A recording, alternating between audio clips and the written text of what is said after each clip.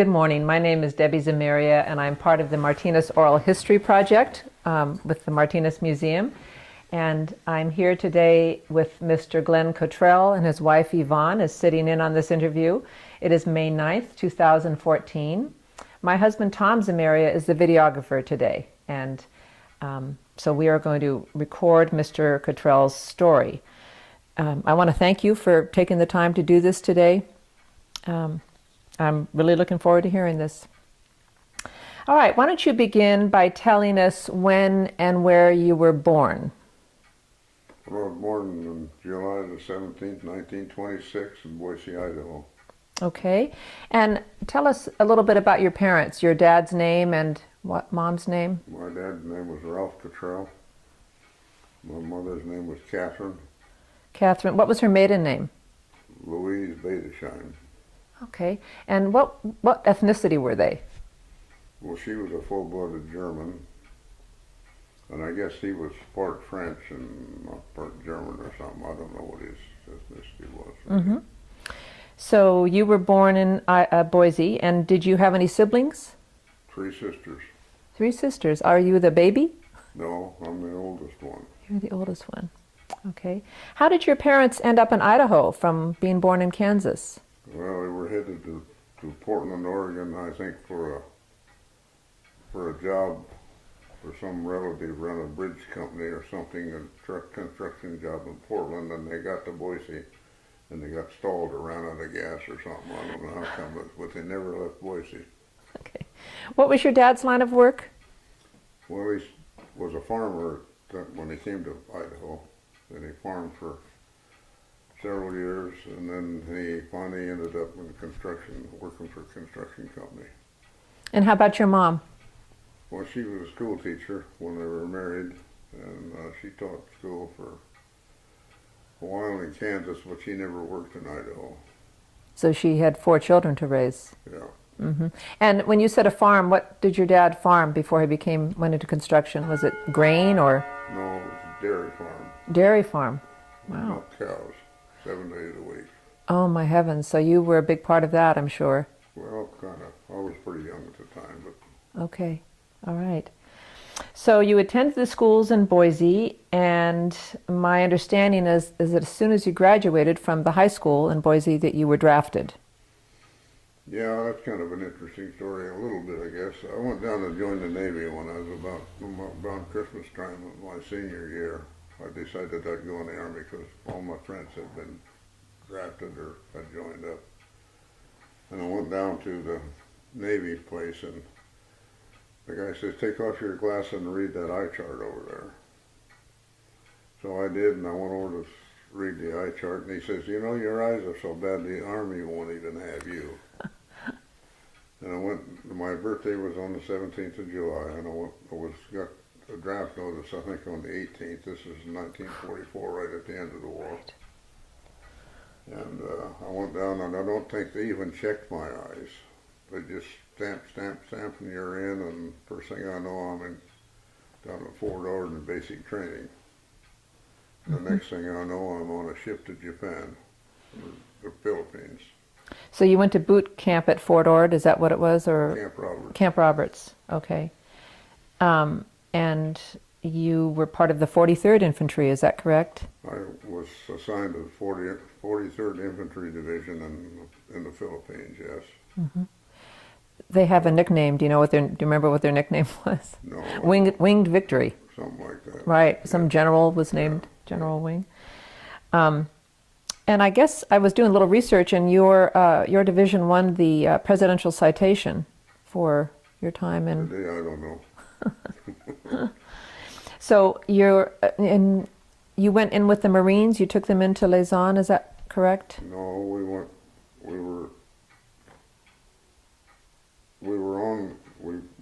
to Leyte first, and then I assigned I was a replacement soldier, and so then I got assigned to the 43rd Division there, and I was assigned to this company in the Infantry Division, and then we went up to Lausanne, and then we were on Lausanne living in foxholes and stuff up above Manila.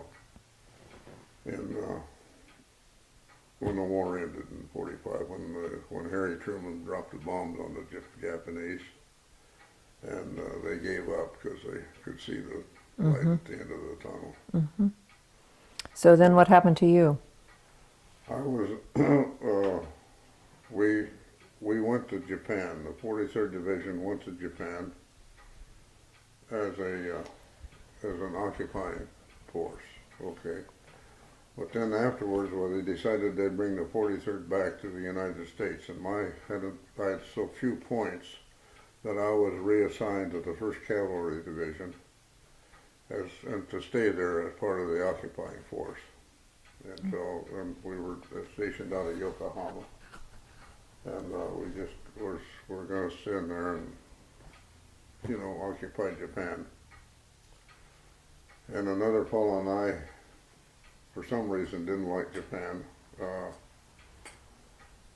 You get on they had the tram system in Japan way back when. They had a tram system similar to BART's, and you could get on Yokohama and go downtown Tokyo and all that kind of thing. And a soldier get on the train in Japan in a streetcar or car, and all of the civilians would get up and move to the other car. So you had the whole car to yourself. And I don't know, we just, also, I can't fault the Japanese too much from this, because when we left the base to go on leave, well, you had to go to the supply tent and get a 45 and strap it on you. So we were carrying pistols. All the soldiers around there were carrying pistols when they went on leave and stuff. And so, but anyway, I don't really fault the Japanese for being halfway afraid of us. But anyway, it was sort of an uncomfortable situation. And so a fellow from Ventura, California, and I re-enlisted with an outfit called the infantry battalion, a shore battalion that was going to, they would make landing places for when troops went in and all this kind of stuff. Sort of a construction unit? Excuse me. A construction unit. We were promised stateside duty if we were re-enlisted. And so we signed up for this, and they put us on the ship and sent us back home. Are you glad you did that? Yes. I was told at the time that I was foolish for doing it because I was signing up for a year and a half. And a fellow from my high school in Boise told me, he said, "You're crazy to do this." We were in the service together in Japan. Because, you're obligating yourself for a year and a half. Well, I did it anyway, and he got out of the Army 6 weeks before I did. And I spent a year and a half in the coast of the United States. Oh, wow. And he was in Japan for that whole time, so. Oh, anyway, my. So you made a good decision. Yeah, I thought it was a good decision, but anyway. So you were on this patrol boat, right? That was your assigned duty? It wasn't. We had this landing outfit. It was these little boats that take people off of ships, of troop ships and stuff, and then you land them on the shore. We'd load up the troops, and then we'd bring them on these little boats, and they'd storm the beaches and stuff. And we invaded down here the coast in California a couple of times, and we never lost a guy doing it. So anyway, it wasn't a bad thing to do. And besides that, we got out a little early too, because the Army had some cutbacks about that time and lost some funding, and so they discharged some of us. And so I got out about I don't know, 2 or 3 months before I was supposed I'll be to. darned. So, well, I'm glad for anyway. you. Where were you, when and where were you finally discharged? Was it 1945, I'm assuming, or? Yeah, I think Fort Lewis, Washington, I believe I was. I'm not sure about that, but I think it was Fort Lewis. Okay. Do you remember what was your rank when you were discharged? Well, this is another story. I was in the Army for, let's see, 3 or 4 years. 4 years, I guess. And I went in as a private, and I made PFC, and I made PFC 2 or 3 times because I could never keep my mouth shut. I did not like the Army. The Army was not a place that I liked. Mm-hmm. So anyway, So so you, I was discharged as a PFC. I think I never got to be any kind of an officer after all that time. uh-huh. Well, I taking, couldn't keep my mouth shut.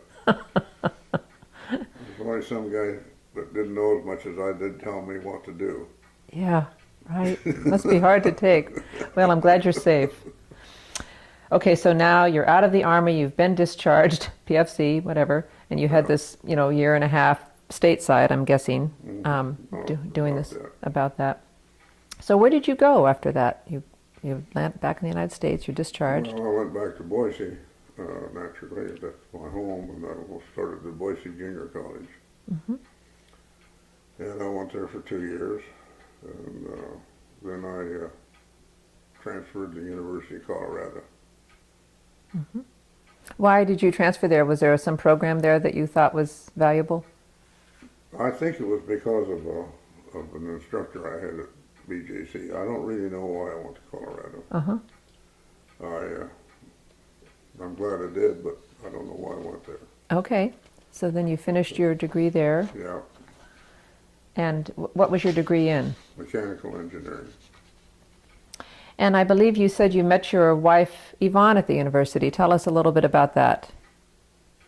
Well, I can't remember too much about it, but anyway, it was on a blind date, I know that. And was she attending also? Yeah, she's a year behind me. Mm-hmm.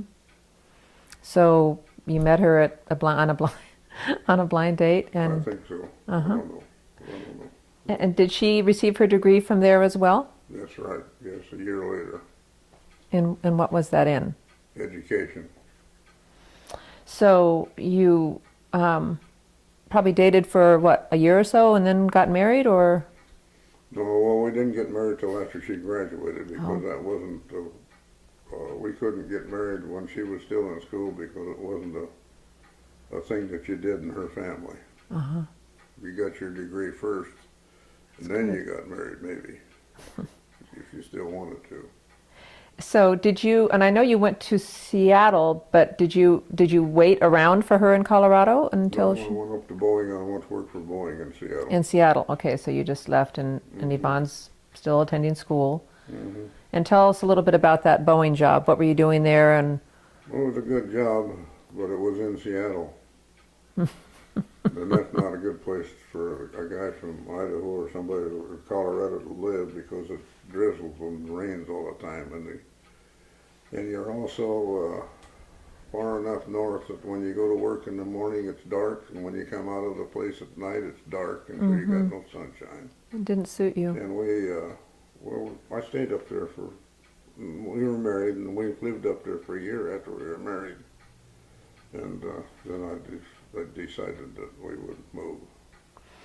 So I'm just trying to figure out the chronology here. So you go to Boeing without Yvonne because she's finishing her education, and then you were probably long distance dating from there, or communicating by a letter, and then you went back to, you got married in Boise? No, married in Colorado. Oh, in Colorado, excuse me, of course. Okay. And where? At a church or Justice of the Peace? No, it was in her front yard. Nice. Is that right? We had planned a church wedding, but his dad was killed. Yeah, my father was killed at that time, and so the wedding had to be postponed for a week or something. And the church wedding, things all got messed up, so we did it out in their lawn in front of her house, or Okay. front yard. All right, and then you went back to Boeing, to the Boeing job, Both are back with your to the bride. Boeing job, yeah, and stayed in an apartment there or something. yeah, Uh-huh. for another year. Mm-hmm. And then I finally decided that I'd had enough of Seattle and the climate and stuff, and so I quit.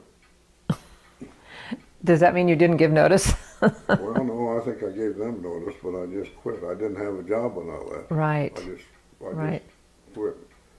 And my scheme was to go back to to Colorado and go to work around Denver or someplace. And I got back there, we got back there, and I started interviewing people that had offered me jobs when I graduated around Denver, different places. And there wasn't any jobs available. And finally I asked somebody, I said, what's going on around here?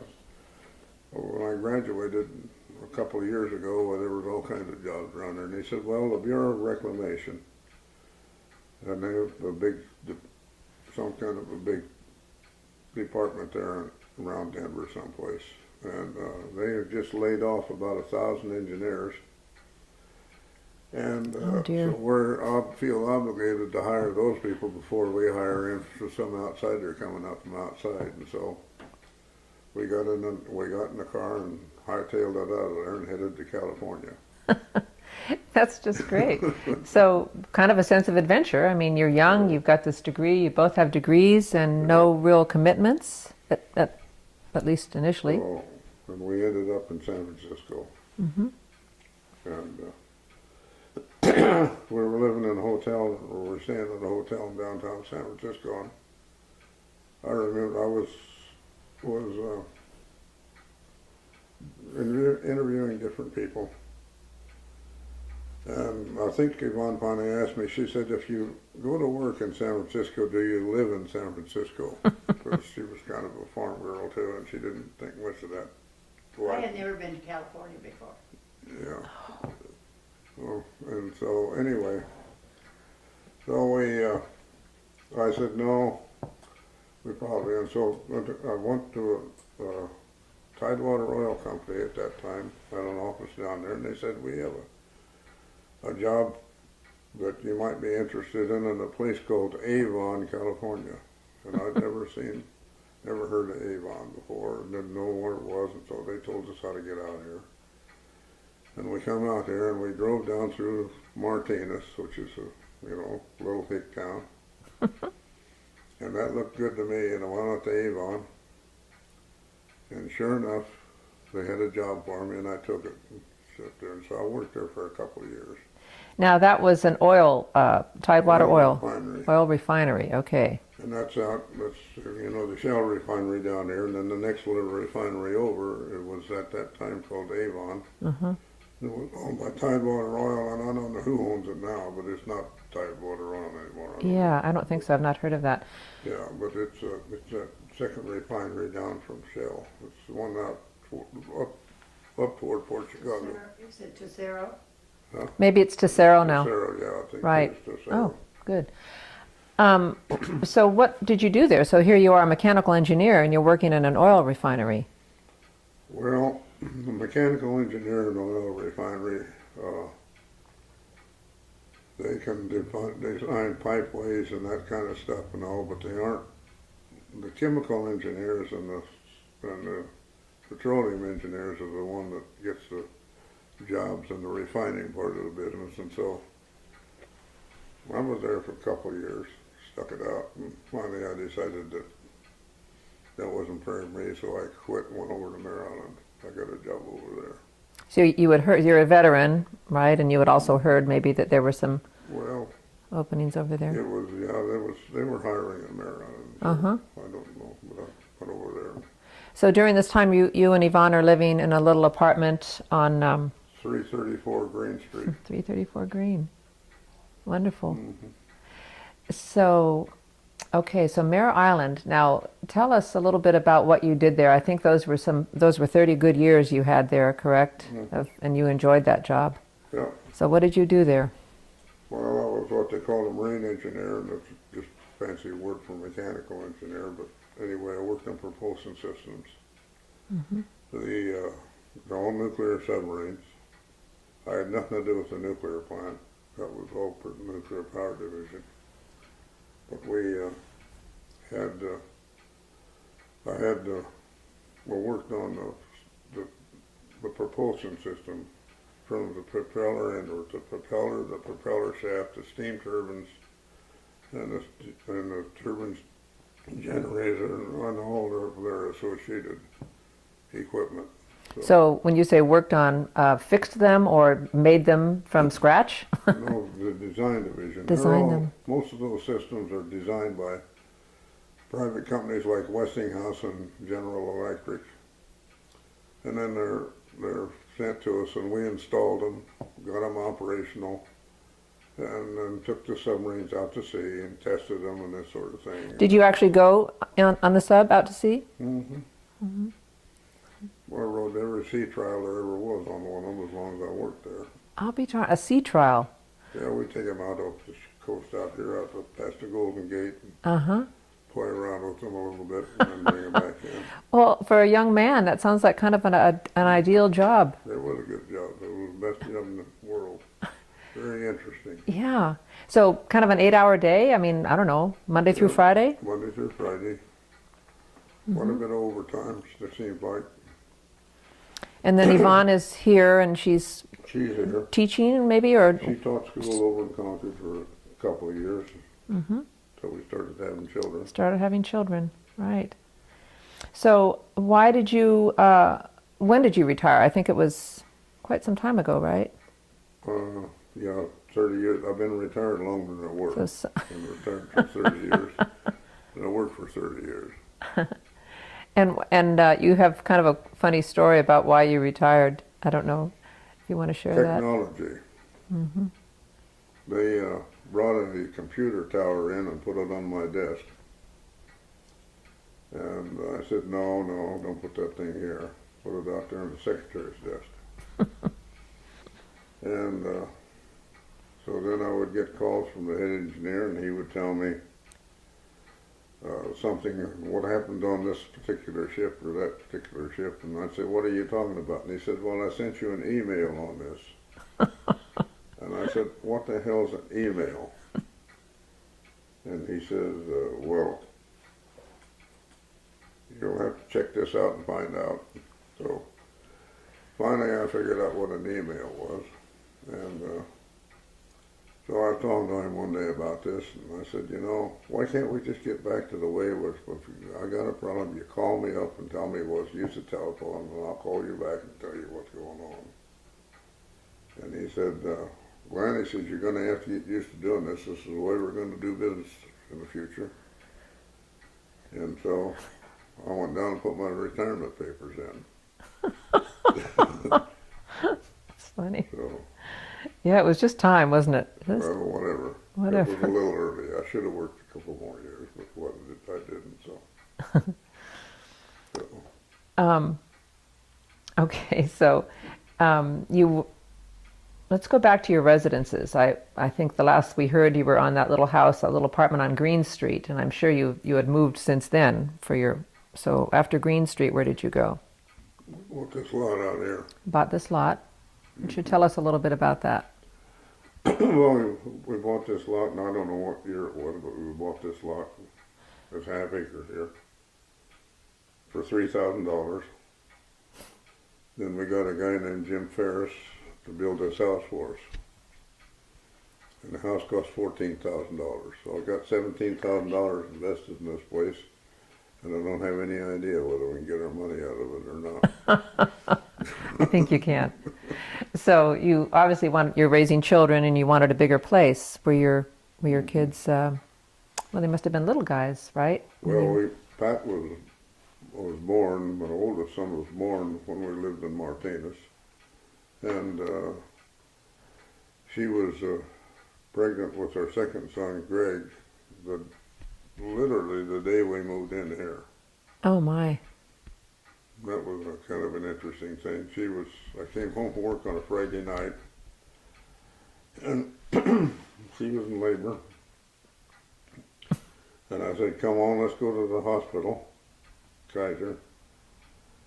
And she said, no. She said, we're going to move first.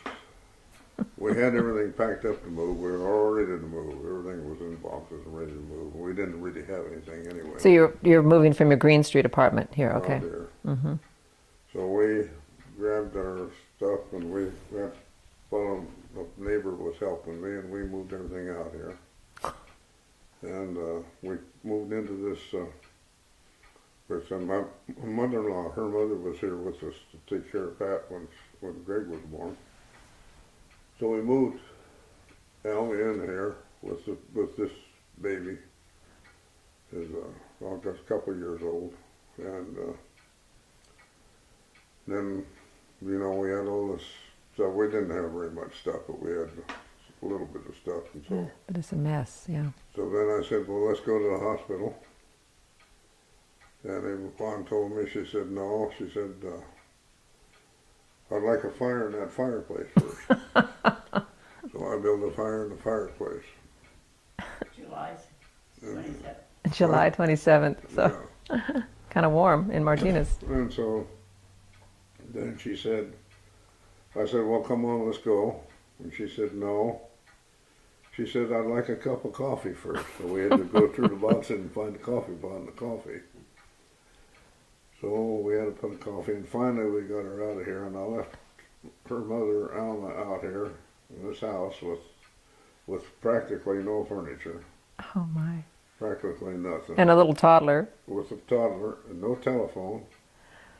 She didn't know the neighbors or anything else, and we just went off to the hospital and left her mother here. And I've always kind of felt bad about that ever since. But anyway, we did that. And so then Greg came along. And one of the reasons that this happened this way, I think, was because when Pat was born, we made 2 or 3 trips to the hospital, and I wouldn't say they were false alarms, but we'd go up there and the doctor would say, we'll go home and wait a little while longer before you come back. And Was that Kaiser also yeah, for Pat? no, that was in Martinez. That Martinez. was not Kaiser. It was Okay. downtown Martinez. Okay. The Martinez Hospital. And so Dr. Morcom, I think was his name at that time, that doctor we had down there. So I think she had remembered this, and she didn't want to make any false trips to the Kaiser. And so Greg came along very soon after we got there. And then, okay, so now you have Pat and you have Greg, and just 2 years apart. Yeah. Okay. And I will talk about them in a minute, but so now you're just living out here, and I'm assuming that Yvonne at this point is probably taking care of the children. That's her. Mm-hmm. And you're going to Mare Island. Yeah. Okay. Then we got Carl later on, a couple years later. I don't know when he came along. 3 years later after Greg. At Kaiser again? Yeah. Uh-huh. I think so. Was there a Kaiser in Martinez? Is that the one? No. Walnut It Creek. was in Walnut Creek. Okay. Yeah. And then how many years behind that was Karen? 3. 3. And then 3 years later we had a daughter born with Karen. Okay. So they all grew up in this house. Mm-hmm. Nice. On a half an acre. That's lovely. And they all went to all the Martinez schools. They all graduated from Alhambra. Mm-hmm. But no, Karen did not. When Karen was in junior high, they were on her and her brothers and some that were trekking up in the Trinity Alps, and she fell and had an accident and died up there, so we had to bury her Sorry.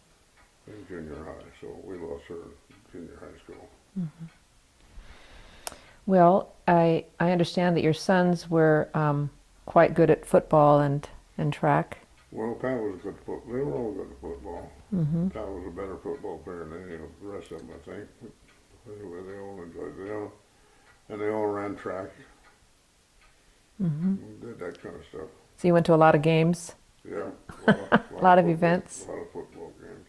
Yeah. And they all, 2 of them played in the band, too. yeah, 2 Oh. of them played in the band, yeah. Wonderful. And then they all grew up and sent them off to college. And Now they're scattered around the world, aren't they? well, yeah, I guess so. Pat is a Baptist minister in Huntington Beach, California, the big Baptist church down there. He went through Cal Poly and has a degree in mechanical engineering, and then he went into special forces and spent some time in special forces, and then after he got then after a while, he decided he went back and got a master's degree in divinity, and now he's a Baptist minister. Interesting. Was that a surprise to you? Was to me, yes. Yes. Yes, very much so. So, and Greg went through Humboldt State, graduated from Humboldt State with a BA in mathematics and a BS in physics. He has 2 degrees, and he's a school teacher. And he taught schools in Wairika, California for, I don't know, several years. And then he started teaching overseas, and he's taught overseas in international schools for a long, long time now. And he's in Africa teaching school. Mm-hmm. Any, what grade level? Any, like elementary High school. and high school? High school. He's married to an elementary school teacher. His wife is a school teacher also. Interesting. And then Carl. He's a engineer for Chevron, and he is he's a mechanical engineer too. But he went to work right out of college. He went to work in Saudi Arabia for Aramco, and he's worked all overseas. And he's now in. I get these mixed up. Is it Nigeria or No, it's Liberia? Liberia. He's in Liberia, and I carry this little card around because people won't believe what I'm telling them. But You can tell them.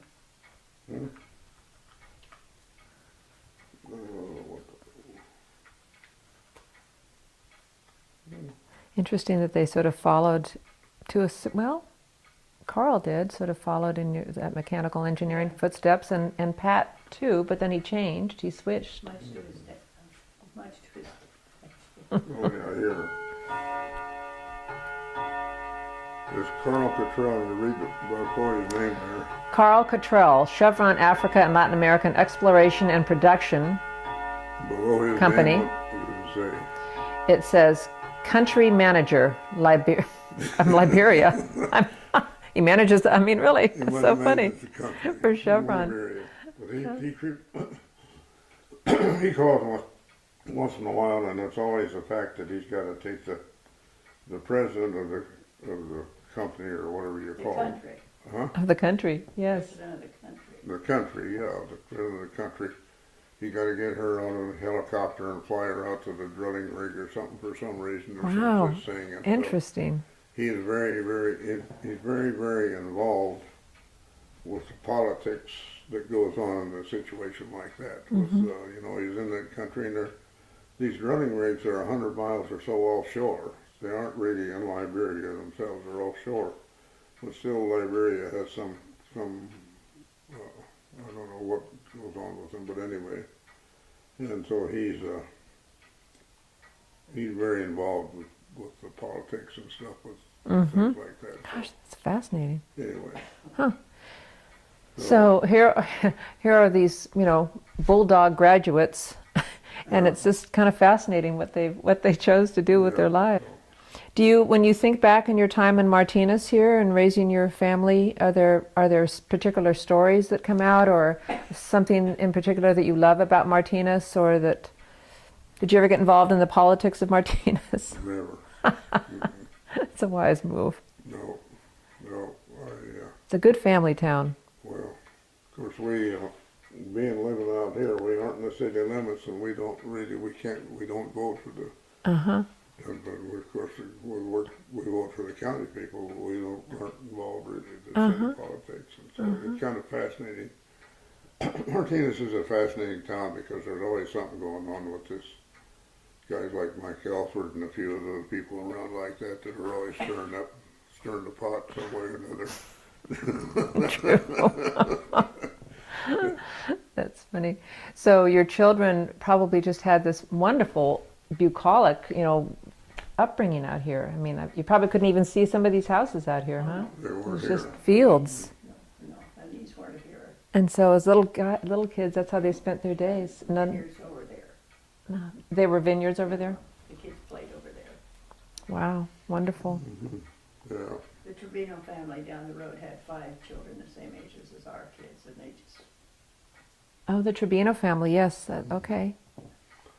and yeah, it was a good place to raise. And we got acquainted with it, you know. And Tom Griffin down here had this Griffin place, and he was a very, very good friend.